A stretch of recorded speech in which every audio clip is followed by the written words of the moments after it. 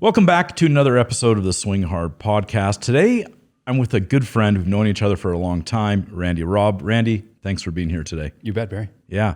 Randy, you have a great, even family history around golf, especially in the Calgary area and beyond. Maybe we can start by telling a little bit about how you got into the game of golf and how you grew a love for the game. Right, yeah. Well, my dad, Clayton, was golf pro at Pinebrook for 25 years, from 75 to about the year 2000. Right. So I started out in Prince Albert. That's where I played all my junior golf, in Prince Albert, Saskatchewan. And played all, right from the age of 5 to, as a junior right to 18, and then moved out here after that. But played all the junior stuff, same stuff that you played in. But right. And we've played enough golf together in different events and different things to probably know a little bit about each other's game. And have you always had this silky smooth swing, like it's just on plane, it's on point? Has that always been, since you were young, you just had a great swing, or did you work really hard on it growing up? Wow. As a junior, I didn't have the best fundamentals. Okay. Like my grip was terrible. Like it's not the same as it. It was funny because every year, so we only played 2 or 3 months of the year, right, in Prince Albert. Yeah. It was like this out, till May. Snowing in May. Anyways, we would get going in June. We'd start to play, and in July we would have one of the provincial coach back then. Alex Kozakevich was his name. Okay. And he would call us all together, and we'd meet in places like Humboldt or Nipawin or whatever for these camps. Yeah. And he would always encourage me, we got to get your grip from here to here. We got to change your grip. So explain that. Where was your grip? My grip was so strong. Like my right hand was so far under. Okay. And I used to do okay around Prince Albert because it was, you'd get to know the course, and your short game would be pretty good. Right. But then he would say, Randy, we got to move that over, and I would try it, and I'd slice him, and I wouldn't know, I'd say, well, I can't do this year. And I no chance. Wait. I'm competing. I'm playing. No, because Canadian Junior, we'd play in the Canadian Junior a few times, but I'd shoot 79, 78. See, you're playing in different events that I didn't play in the Canadian Junior. Okay. See, you're a far more accomplished golfer. Well, Alberta had more. You're bashful, but yeah, we only. Like if you're top 8 in Sask, you'd go to you'd be in the Canadian Junior, but right. But I'd go there and I would barely break 80 because the pressure would get on. There'd be some pressure on me, and with this awful grip, I'd block one off or I'd hook one, and I just couldn't. Anyways, my junior career wasn't all that good because of my fundamentals. I think that the athleticism and the swing tempo and stuff. Yeah. I think that's always been a focus, right? But just didn't have those early fundamentals, Yeah. And when did that change then for you? When did you make that change on the grip in particular? It sounds like. Yeah. Okay. Well, I came out here to Calgary, and I worked on the golf course actually for a couple of years for Kenny Olsvik at Glencoe. Oh wow. Okay. And I didn't golf that much, and I didn't. And then I got back into the pro shop. There was a spot at Canyon Meadows, actually. I started there. Yeah. And then moved over to Pinebrook. But Clayton ran this thing called Maximum Golf. As you know, this is a big indoor teaching up at the Hungarian Center. Yeah. Over by this is going back a few years. That old range. Yeah. Sorry about that. But we focused on the fundamentals. Right. So one winter, I got one of those molded. Oh wow! Those the molded, grips, those molded grips. Yeah, and we worked at it. Clive Grant, there was a bunch of us that were sort of running this Maximum Golf. Clive, what a great guy! Yeah, Clive, and by the spring, because when you change a fundamental like that, you can't do that in July or August, right? Because you're playing the next day, and you have. You might as well just throw your year away. Yeah, you can't. You have to trust it. Yeah. But that I remember that entire one preseason. So by the time we got to April, May, that was the comfortable grip. Yeah. And it just felt, and all of a sudden I could kind of make better contact, and my short game got better and everything. So, really? And it seemed like the game just started to elevate. Yeah. Year after year, it became a better player. Just. I've always had a strong grip too, and you probably know that about me. Yeah, and it's been a focus. Like if I'm hitting a bit of a pull or a hook, my right hand, I'm always focusing on weakening it a bit. Yeah. And I'll do that mid-round even sometimes because I generally helps a lot. And I'm making subtle tweaks, right? Like a little bit, but for sure makes a bit of an impact. But there has been some really good golfers, like notable, historical golfers that have had super strong grips. Yeah, I was the other day watching the Masters. Yeah. They always show Freddie. They show Freddie with the practice rounds, and right. He definitely gets his left hand over. I was he doesn't wear that glove, so you can kind of get a good look at it. Yeah. Yeah. And it's definitely always been a bit stronger. Right. Seems like his bottom hand's in a pretty good spot, though. Yeah. If your stronger hand gets in the wrong spot, if you're right-handed and that's the one that's your dominant hand, I think that becomes a problem. Right. But you're right. There've been like Azinger, like there've been guys that have had and other guys with just odd grips or swings like a Mo Norman, right? Oh yeah. Well, swing after swing. The same. You watch, but you watch the Masters last weekend, and the swings they're all over the map. Right. Matt Wolff and all all these different swings, and the guys are Scheffler's it's a different move. But so anyways, but I think the fundamentals are all pretty well intact. Right. Right.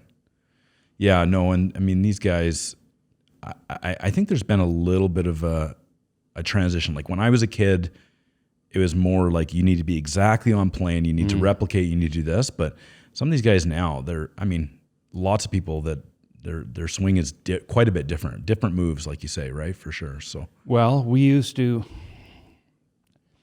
When I started getting more into coaching and teaching a bit more. That's about Heritage Point. I joined Bobby down there. Yeah. And that's when you had the ability to split screen things. Like that's when all of a sudden you're videoing more. And the technology advanced to a point where you could do something with it. That was some big technology when you could split screen it. Okay.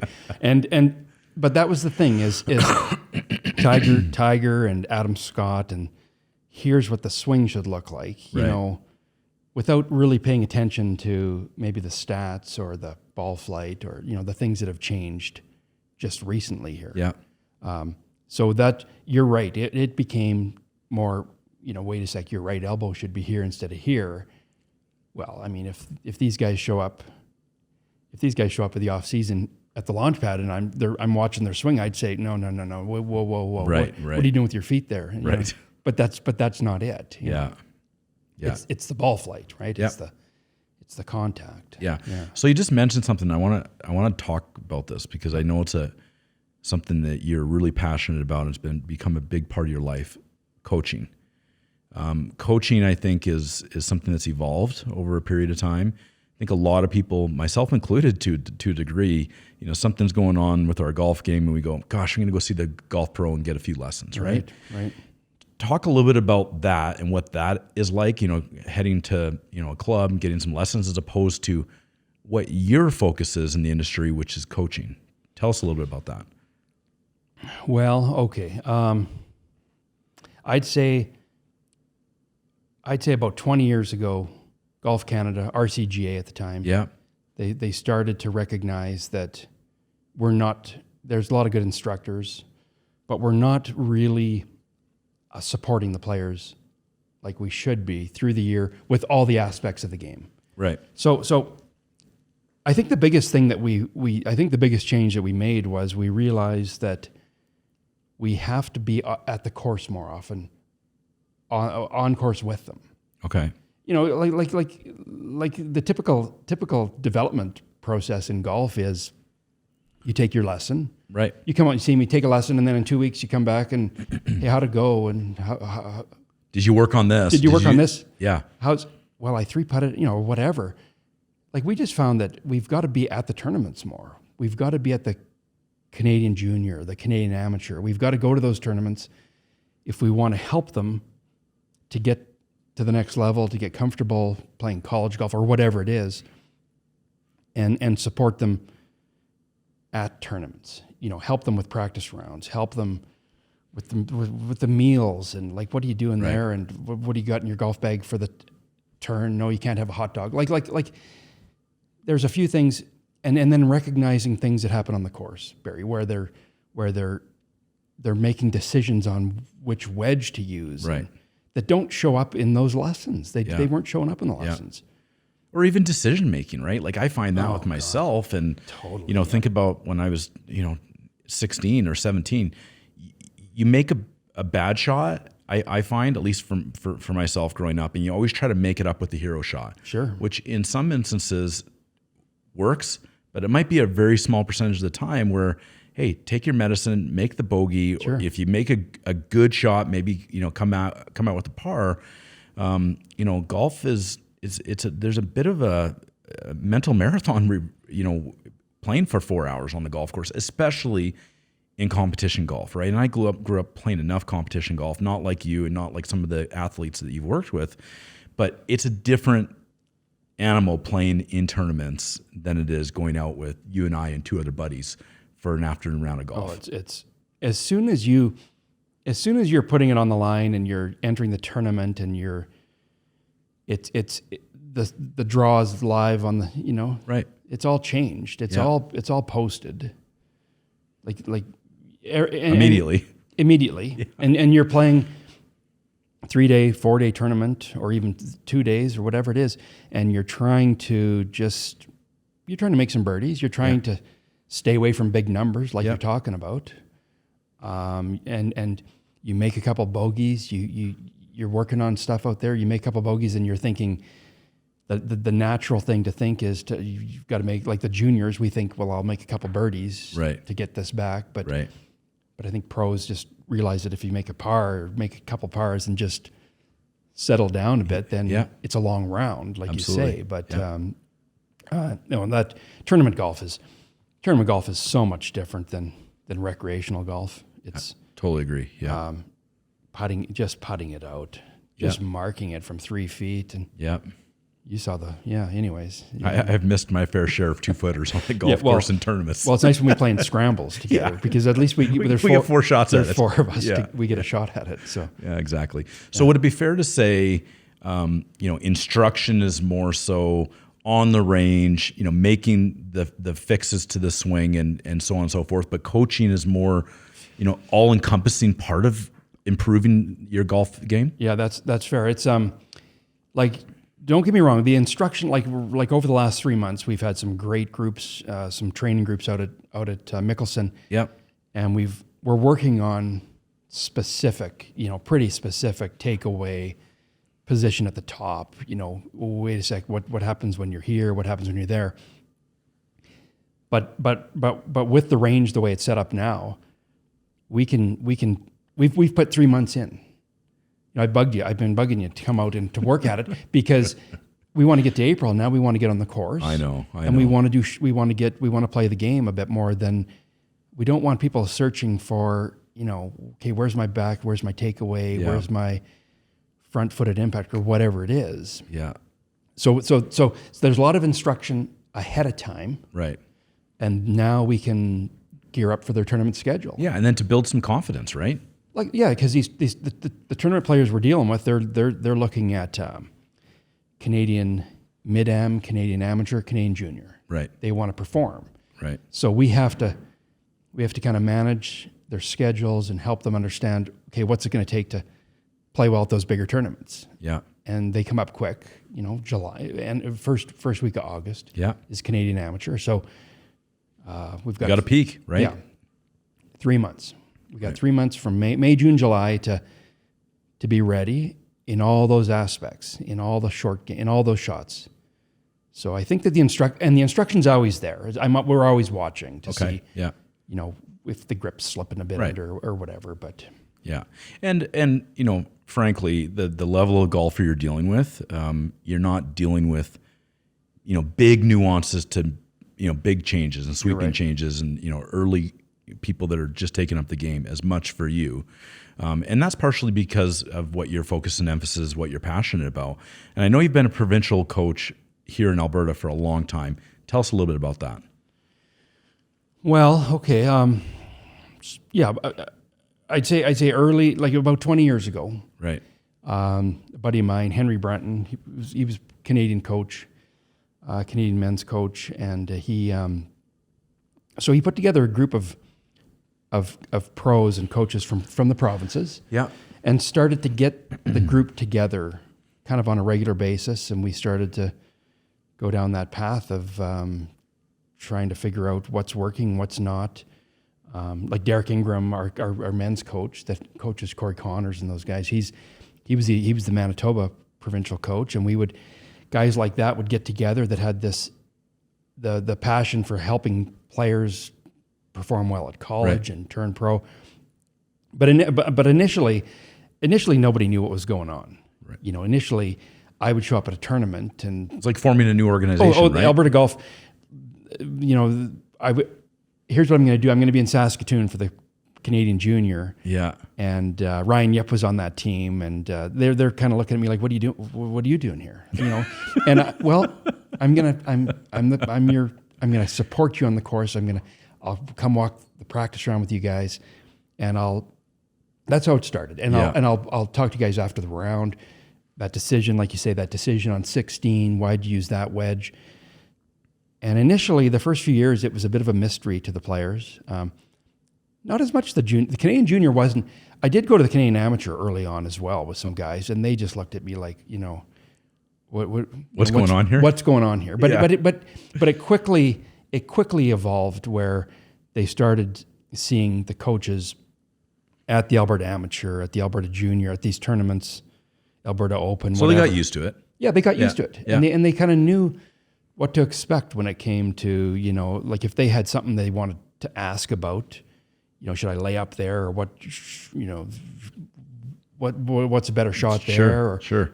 Then it started to help them understand their games and just somebody to bounce things off. And how long have you done that for? It's been about 20 years. About 20 years. Yeah. Yeah. I mean, you've got to love what you're doing for 20 years in order to want to keep doing that. So well, yeah, it's we developed that into. Like it's not going away. The golf coaching, we've got some great young coaches coming up in the province. So we're trying to stay in touch with everything that's going on with the younger players and trying to help them get to this, become better coaches and the players they're working with. So it's a big thing now, I think. Yeah, absolutely. So now today you're with us at Mickelson National in the academy. Tell us a little bit about that. I know your focus is, golfers that are really competitive want to take that little next step so they can, maybe break through and win some of these golf events, so on and so forth. But what are you doing at Mickelson National and some of the people that you're working with? How do you work on enhancing their game? This is basically my second year there, right. Helping Davey Nykirk with the programs. We've got a real good, solid crew of competitive players. Yeah. Provincial players, national players. Club Champs is a great tournament. We've got a lot of good players at that course. And I won't be playing in the Club Champs. Well, we got a spot there. So it's a good 2-day. Like it's a good event. So there's a lot of players in that group that we're sort of working with in terms of like we've talked about with their schedules, with preparing for the nationals and all that kind of stuff. And then there's a group of younger juniors that are kind of learning more about what to do at the tournaments. And so that's another big group that we're working with. Davey, he warned me. He said, we've got a lot of juniors. He's got 80 in his program, but it's a lot of younger kids. Yeah. There's nobody looking at provincials. It's a grow the game initiative for sure. Yeah, with the development there and stuff. It's which is great. Well, he said, you know what? There's not a lot of. There's some good younger players, but they're just starting to. It's the next generation of golfers for sure. So this past winter, we've been taking a dozen of those kind of 11 to 15-year-old kids and starting to work more with them, and they've got a little bit of a schedule coming up for some of the local tournaments. Yeah, I'm gonna try to get out to some of those and watch them on the course and give them some feedback at some level. So So I see that group as developing into a big group down the road. Right. Yeah, absolutely. Yeah. So I want to dovetail a little bit and ask a little bit about some of the experiences you've had related to golf. I think, people that listen to the podcast, they can relate to experiences. They may not have the same golf experiences, but everybody has, those stories or situations or things they've been involved. Why don't you tell us, one or two of your favorite memorable experiences? Well, I think one of the most enjoyable experiences. Now, unfortunately, we're going to promote the game, grow the game, and it's fun to play and stuff. But it's more fun to win. To play well and to win is more fun. Totally. So the 1990. It's long. You're a junior at. I was one of the guys to play on the Alberta Assistants team. Yeah. At the Canadian Assistants. And we had a strong, Alberta's always had strong PGA program and good players. And we went to north of Montreal for the Canadian Assistants. There's 4 of you on the team? 4 of us on the team. Yeah. Kent Adams, a buddy of mine from Edmonton, and Roy Avenbrook, a couple of guys that have been pros for a few years. But anyways, and there was no expectations for me personally, but got off to a good start, a couple days, and got myself in the last group for the 3rd round, and played with a couple of guys from Quebec. Yeah. And I kind of battled with them, but it was sort of they were chit chatting a lot through the round, and you're sort of just playing your game, and right. But I ended up tying one of the guys from Montreal. Okay. So I just remember my buddy grabbing my golf bag and he caddied for me in the extra holes. So I was playing extra holes for the Canadian Assistants Championship. Wow. And it was kind of... This is 1990. This is 1990. And this is when, there was if you win, you go to this World Assistants in Brockton, Massachusetts, where FootJoy is. Yeah. Anyways. And I just remember it being... I had this old TaylorMade 2-iron, those hollow ones back in the day. And I was hitting it down the middle, and we both parred number 1. Right. Jean Chatelain was the guy's name from Montreal. Anyways, and parred number 1, and then I got number 2, and I hit my shot down there, and he got in the trees and started rattling it around a bit. And he was, and I laid up, and I'm about 40 yards from the green, This par 5. Par 5. Yeah. He's hit the tree coming back, and he's had some problems. Right. And I'm walking along with Kent, and I'm kind of I'm just kind of going, well, this is unbelievable, because he's having a tough time here. And, right. And it's just the two of you in the playoff. Just the two of us in the playoff. Yeah. And he chips it out. I think he's laying 4. Okay. And beside my ball in 2. Right. And we're about 40 yards. And he goes up and he walks up to the green and he takes a pin out. Like he's looking at and he almost chips that in for 5. Wow. And but he doesn't make it. But he he had full intention. Anyways, I happened to just chip it on the green from there. Right. And 2-putt, and that was probably the biggest. I don't know. There's been some good tournaments, but that was probably a better. It was probably that was a good tournament where I've had different people. The Alberta team won the provincial thing, and right. Those you are won the tournament. Yeah. So that he had a tough time, but that's I think that was in terms of just having guys around that you like to hang out with, and it does help in competitive golf where you have that feeling that it's not just me, but anyway. Right. No, that's great. You've spent some time out at Mickelson now last year, been on the course quite a bit. Yep. What are 2 or 3 of the things you love most about that golf course? Well, you know what? It's fun to be able to hit driver. No question. Like there's when we're on the back tees. Yeah.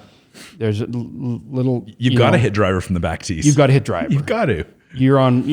There's a dozen holes where you're just, even 7 and 16 where you think, well, I'm gonna drive it up by the green. Not on the. Yeah. I mean, kind of on those holes, I guess. I mean, if you at number 7 you play it off that left bunker and you cut it in a bit, it's fun to get over the hill and see that you're on the green. Right. It's right. It's a lot of fun to, And then I think that the imagination that's needed around the greens, the options, should I bump an 8-iron into this, or should I try to clip a lob wedge, which is, from some of those tight lies. Yeah.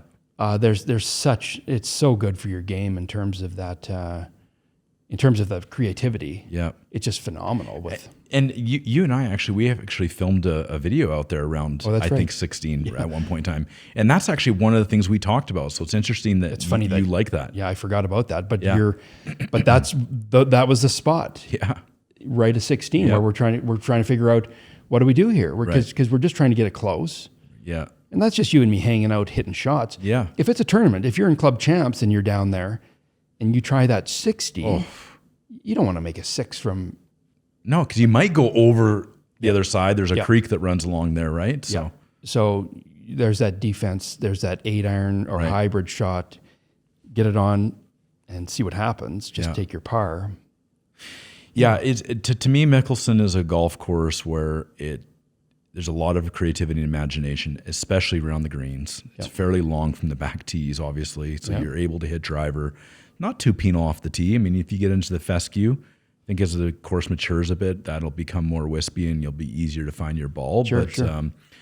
I agree with you, and I also think it's a golf course. The more you play it, you're going to learn some of those nuances. You learn your individual game and. Where do I want to, if I'm going to miss this, where do I want to be, right? Like I'm thinking about hole 12, along the left up by the green, the small bunker on the right down kind of by the water. Yeah. There's a big, you can hit that shot 20 yards left and still be in a good spot on that green. Sure. And I've actually done that a couple times because I'm like, I don't want to be anywhere right to short side myself. Just chip it up there. Absolutely. Yeah. And let it land short. Yeah. And just roll it on. Roll it on. Yeah. Yeah, it's funny. On last year, I kind of helped out with the club champs a little bit, and some of the rules, and just being around to help with that event. And I stood on number 7 for a couple hours. The shorter par 4. Right. And we always talk about course management, and we talk about, and I saw so many guys try to drive it up by the green, and they left themselves with that 40-yard bunker shot, right, where they couldn't. It's tough to get it close. Yeah, absolutely. I just remember seeing bogey after bogey after bogey, and instead of just because if you just hit it down to the 100, and if you just hit a 4-iron and then you have your little wedge coming in, you're going to make par, 9 out of 10. Yeah, exactly. Right. But it's funny because as soon as I get out there, I'm not going to hit. You're going for the green. I'm not going to hit 4-iron down there. Now I guess if it's the qualifier coming up here, we got the qualifier coming up in May. Yeah. I guess because I haven't really played a tournament there yet. Right. Might think a little differently. Maybe think a bit differently. Maybe 16. Maybe those holes. 16, you pull it left and it's in the hazard, and now you're making 5. But if you hit it to the 100, then you just got to trust that you can hit a good shot. You hit a good shot from there. Yeah. But I just remember standing back there and watching all this. Right. And then when you turn into the golfer and you're on the tee, you kind of go, well, I'm going to drive it on the green. Yeah, absolutely. Yeah, absolutely. I'm going to make. I don't know if you're aware of this, but when that Mickelson opened. The first hole-in-one that we ever had on the golf course was hole number 7, which is a par 4, the one we've just been talking about. Right. Yeah. And I've been thinking to myself, I'm like, of course there's no official stats on this, but how many golf courses have opened for the first time where the first hole-in-one ever is on a par 4? Rare. I mean, it's got to be. I mean, is there a handful of golf courses ever that's happened for? Yeah, that's it's just crazy, right? Yeah. It definitely ties a record. Yeah, there's no question about that. Yeah. But it's definitely, there's no doubt that I can't, it's got to be stats out there somewhere. I never heard about it. When I heard that it happened, I was like, oh, this is cool. I immediately light bulb went off going, you don't even hear about hole-in-ones on par.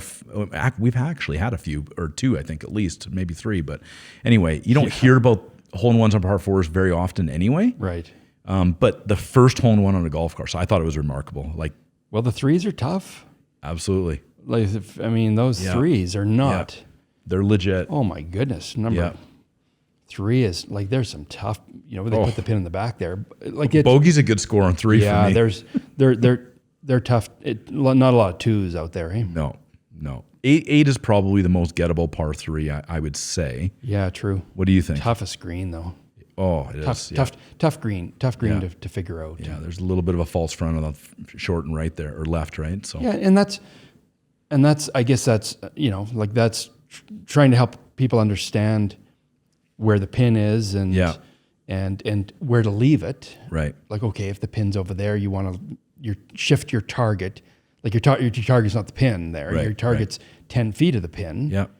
So, I mean, a good shot's going to be, if you hit a perfect shot, it's going to be 10, 12 feet Yeah. beside the pin. It's not going to, the rec golfer is going to go for the pin more often because that's just the way they play. Right. They don't care. They don't care if they make a 4 or 5. Yeah. No, that's for sure. But the better player just doesn't want to make A big number. those bogeys. Yeah, and the stuff, bogeys. so. And, yeah, exactly. Yeah. Yep. Randy, this has been fun. It's always good stuff. to see you. How do people get a hold of you? What's the best way for competitor golfers that are looking to take that next step? What would be the best way for them to reach you? Well, I think that the website, we've got the Golf Mickelson Academy. website, yeah. We've got the Golf Academy information, the programs. We're starting to look at the fall and Right. and what we're going to do, how we're going to incorporate the launch pad and everything into the programs, and so we're excited about what programs are going to be put out there, and Right on. I think that's the easiest way, just an email. Send them to mickelsonnational.com and they can send out a request to the academy. Yes, sir. Let's definitely get out again this summer, at least a couple of times. We did last year, but we'll do it a few more times this year. You bet. Hopefully you enjoyed this episode of the Swing Hard podcast. I'm here with Randy Robb. If you're not subscribed, please do so. You can find us on any of the main streaming platforms. We'll see you guys next time.